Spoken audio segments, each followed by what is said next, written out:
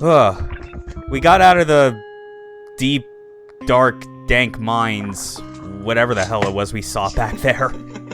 Nightmares, I believe. Yeah, I try not to think about it.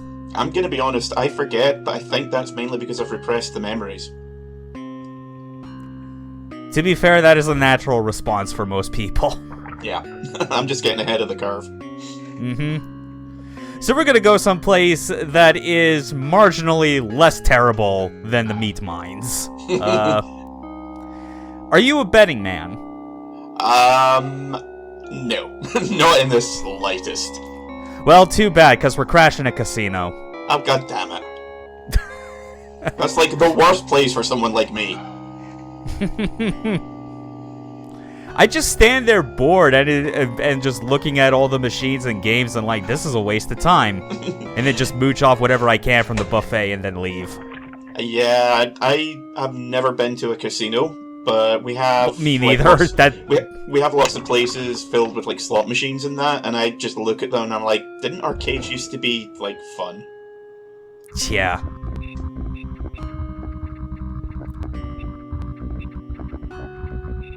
Corporate Archdemon / Demoness was not a term that I was just dropping for the fun of it, or that I made up. It's real.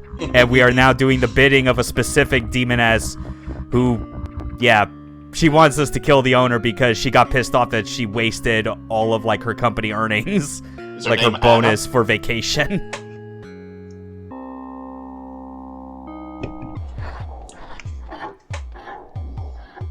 So the, picture of the gun in the menu made it kind of look like the gun from Blade Runner. Kinda. You're referring to like the handgun that we currently got. Yeah. Yeah, it's kind of got that. It's actually funny enough, like the handgun that we picked up from like the mines in the last video is actually like, if you don't mind going with a pistol that doesn't have a silencer, this is a pretty good alternative because like the regular the magazine holds quite a lot already, but then the ammo you have in reserve before you start reloading is also quite a lot. So even when you're going through a level where you aren't able to like pick up any more ammo for this weapon, it can still carry you through most levels if you know how to land your shots. Yeah. I take it we're going to be going super fishing at some point? Not on this run. It's a bit complicated with this particular video because this was like another problem case of like trying to show off absolutely everything I could within like a single like in-game run of the level was impossible. Like I always ended up dying for some stupid reason or another because there are multiple gimmicks with this level. One of them being like the biggest example of like just complete luck.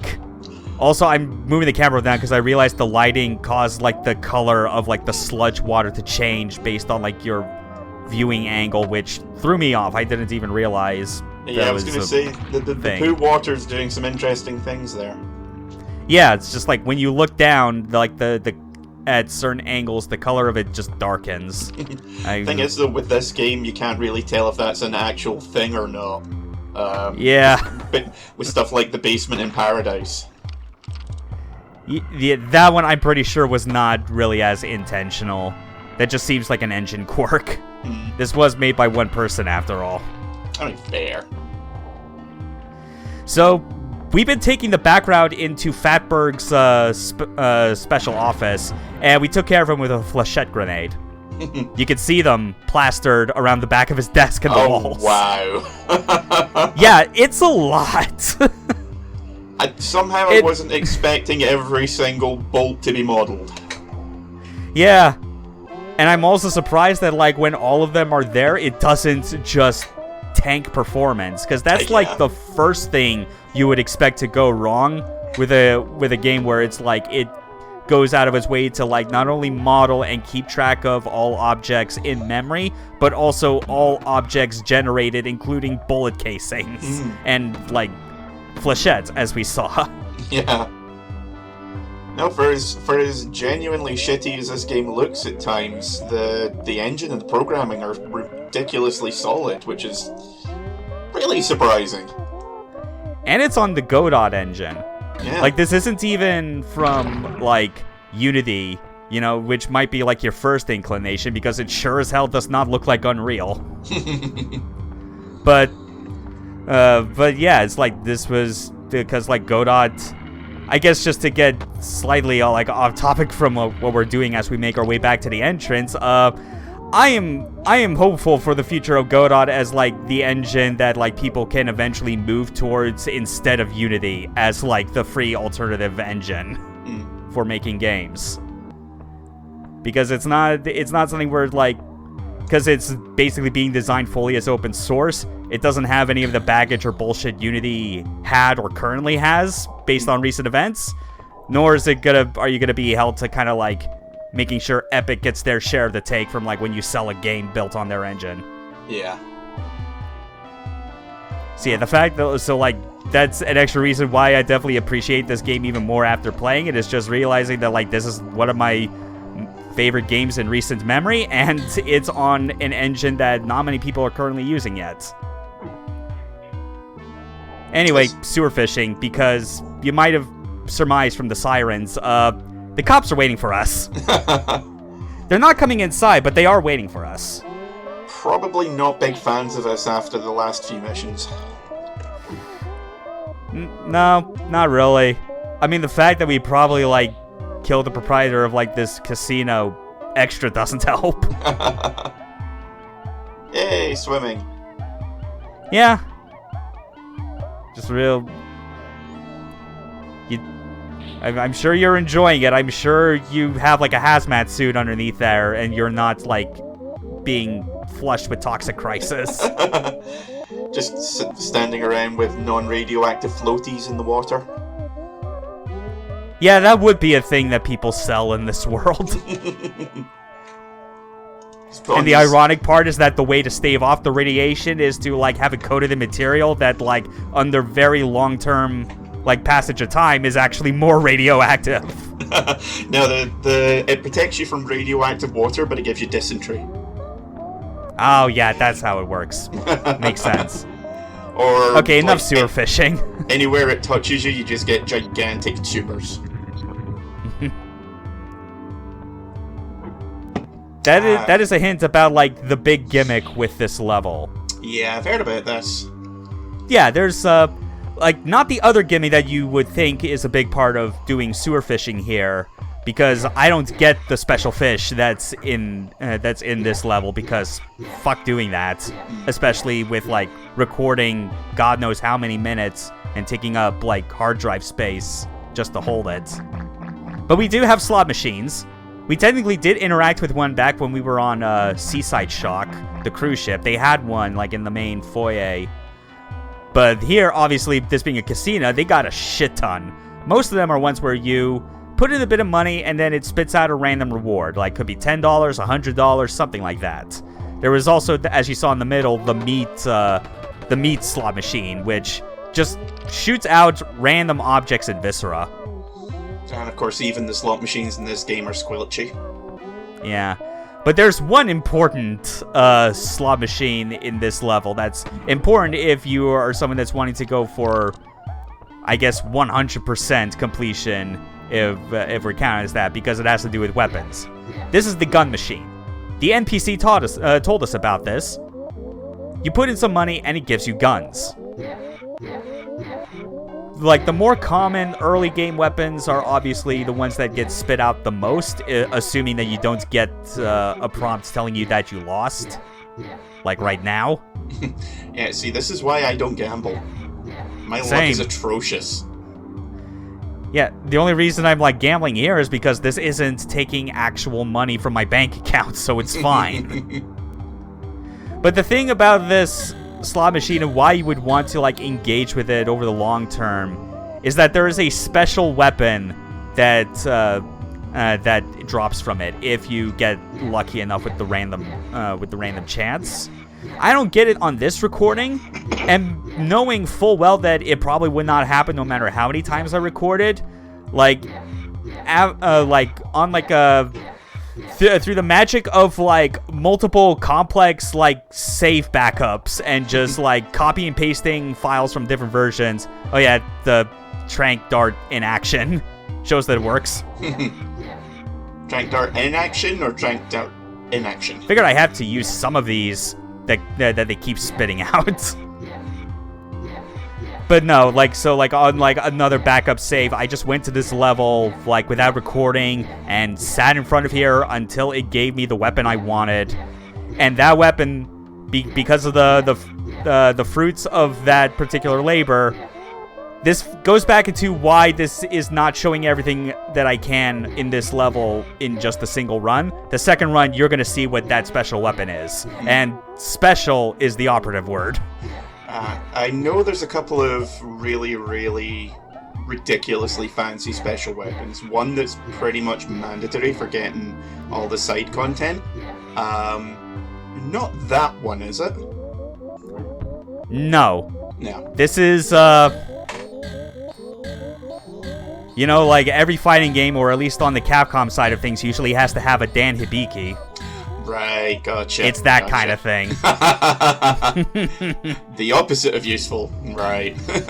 Yeah, so that we basically got all that we're going to for the time being out of that slot machine. And we don't have any, like,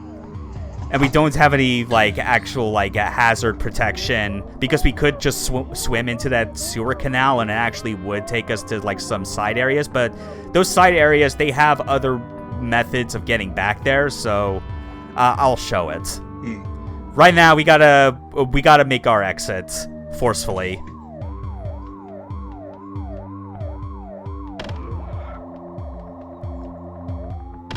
Okay. Just get one of them. For a second, I was like, can you blow up the cars in this?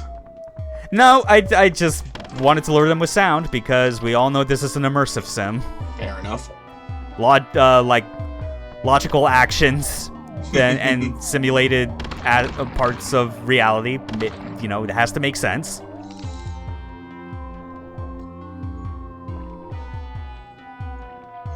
Organs.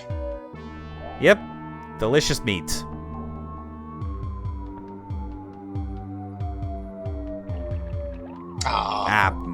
Yeah. Don't worry, we get something better that happens that involves throwing things at NPCs, you'll see. Just imagine everyone going, wait, is he? Goddammit. Oh, yeah. But yeah, the second run through of this, you get to see some of the extra stuff that I just could not feasibly show in a single run. The Grey Sky is the same loadout that you've got? Okay, obviously not then. No, like, the pistol's obviously different. I'm getting up here to show one thing that actually has me disappointed with this level. There is an invisible wall that prevents you from getting further up onto the roof. That's... I feel like that's a huge, like, level design oversight, because there could be some amazing routes you could open up if you could, like, break down through, like, a skylight or something. I mean, the game's not been particularly shy about letting you do stuff like that in the past. Yeah.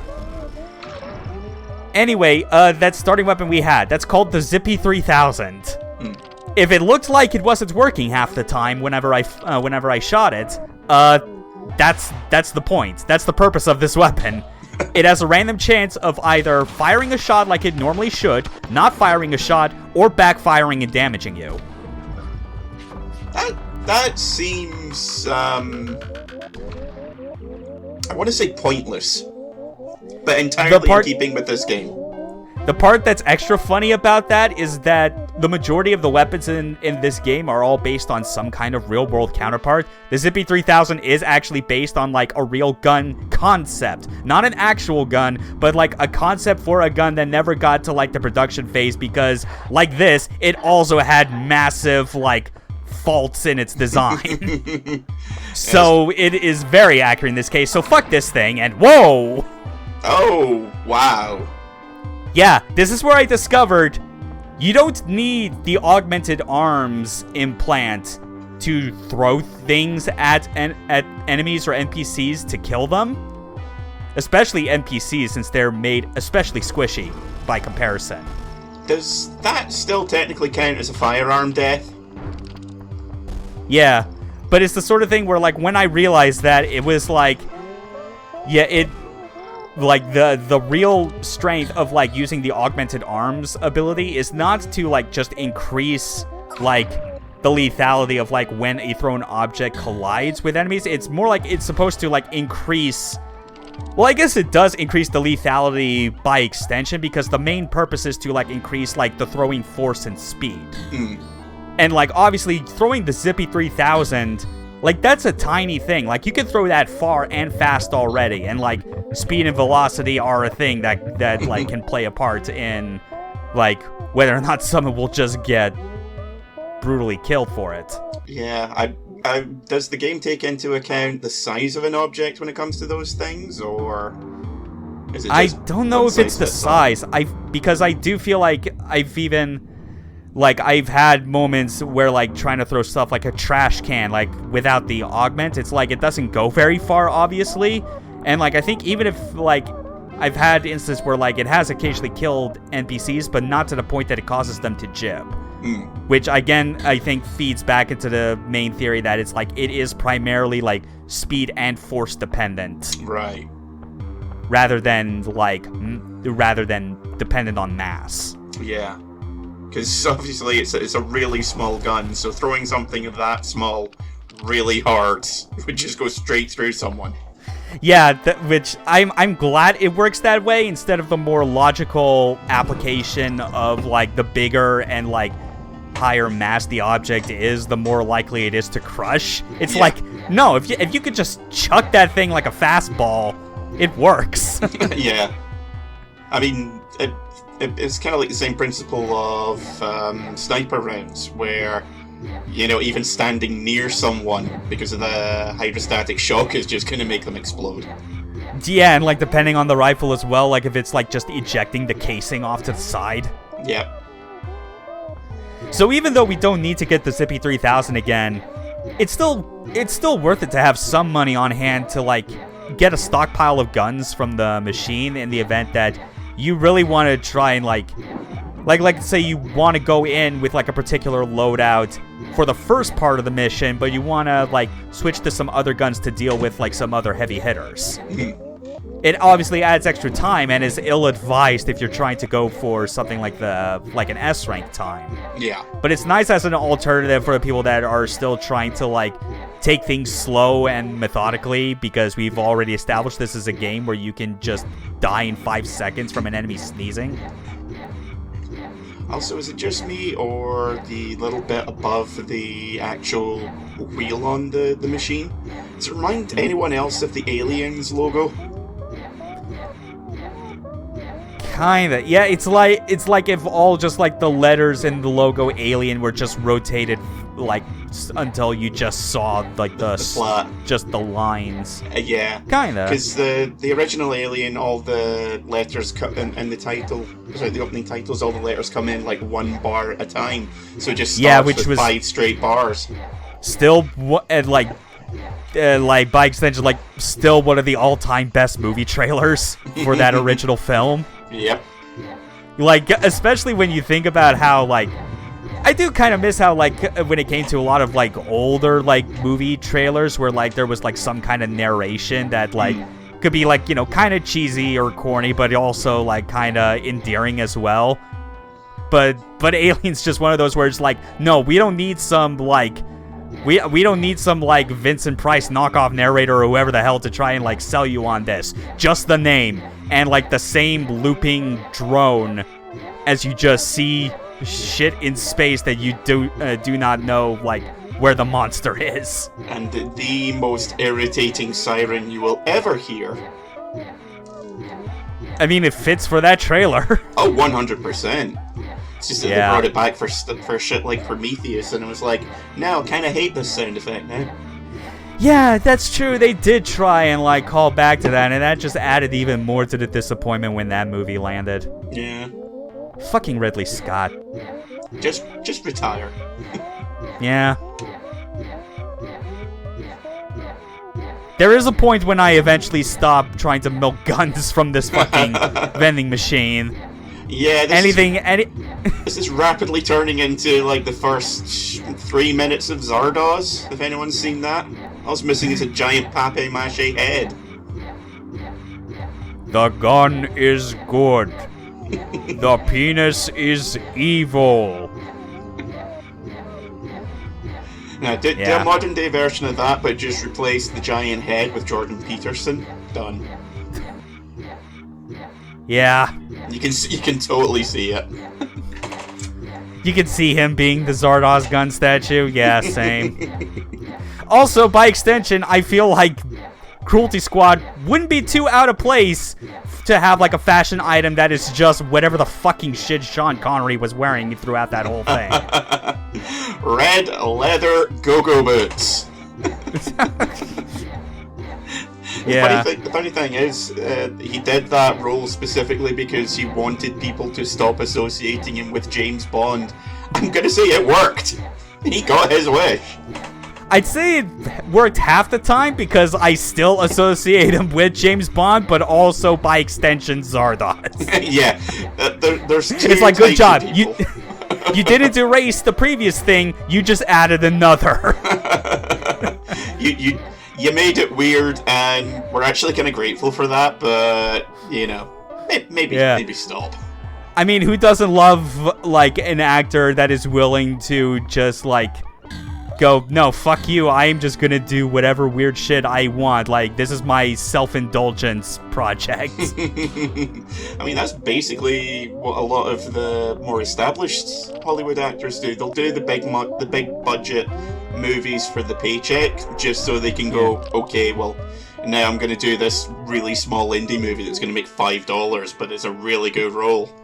Yeah, like, didn't you tell me, like, that was basically, like, a similar thing that, like, James Franco does all the time? Yep, he does really big popularist movies, funnily enough, like Alien Covenant. Thank you, Ridley Scott.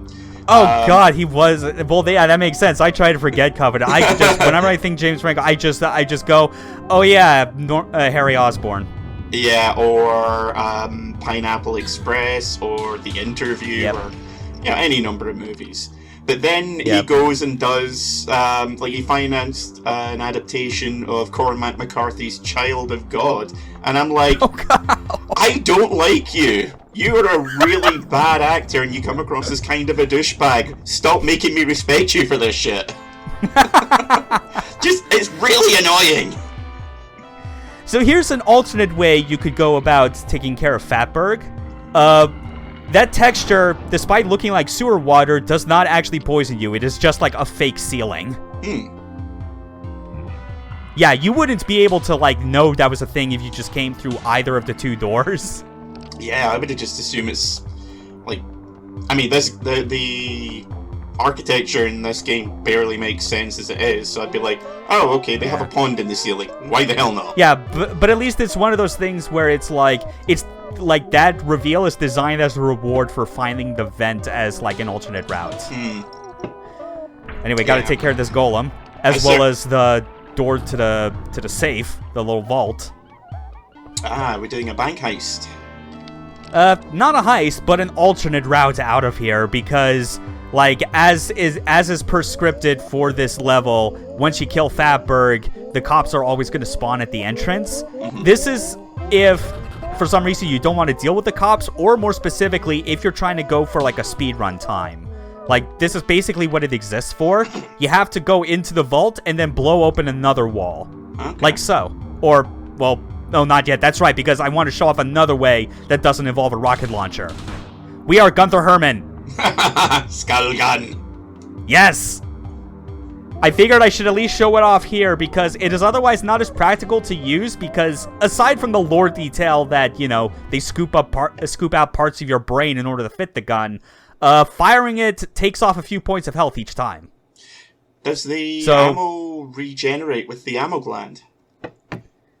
It doesn't. No, that's the thing. It's more like the idea of how you use the skull gun is that you can't have like a weapon equipped. You have to switch to like unarmed, and then the fire button fires it, and it doesn't have its own ammo.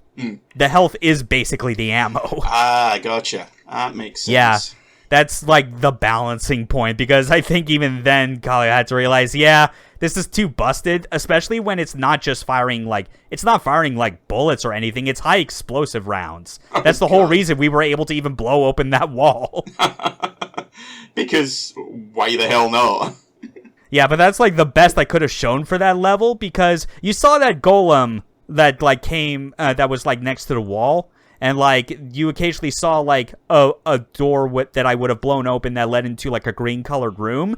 That room is death. That's where the golem came from, and there is another golem along with all kinds of other nasty enemies. And, like, I'm not showing that. You people at home that have the game, you could explore it for yourself. There's nothing of value in there. Don't say I didn't warn you.